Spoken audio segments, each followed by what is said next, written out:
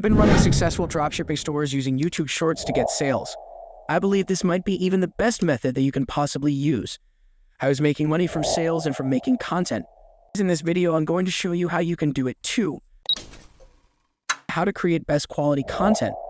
The channel I'm talking about is called MO, where I make short and long form videos about Marvel movies. In this video, I'll focus on the short form content and how you can get similar views as quickly as possible.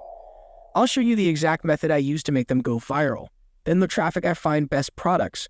For example, this electric Thor hammer. That got me a lot of sales. Let's put this in a simple few steps. First, we need to create brand. Treat your channel as a brand. Decide what fonts and colors you'll use and keep them consistent throughout your channel. To get started, you're going to need a logo and a banner.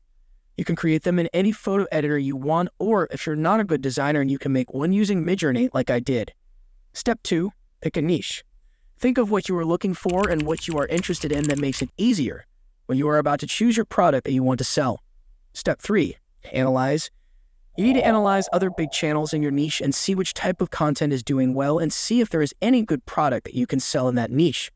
I did the same when I started my channel and saw facts about movies were doing pretty well in my niche. One thing I strongly recommend is not to overthink it. Spend as little time as you can on making each video, especially when you're first starting out.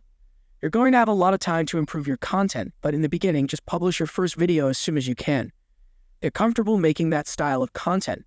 Then choose one aspect of the video to improve next time. For example, focus on making better transitions in the next 5 videos, and better subtitles, better coloring, better sound effects, and so on.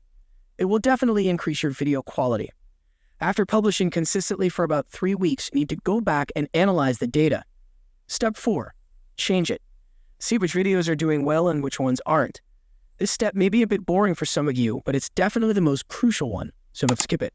The only important metrics you should check for YouTube Shorts are view count, retention, and swipe rate. But more importantly, just rewatch your most viewed videos and try to understand what makes them different from the rest.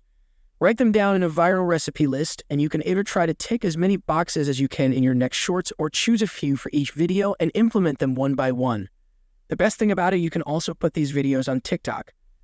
2 biggest platforms to use for promotional with just one work. So if there's one principle you need to use on your channel after this video, it's determination. No matter how challenging it is, just learn from each experience, try to improve, find solutions, and don't lose your motivation. Follow for more.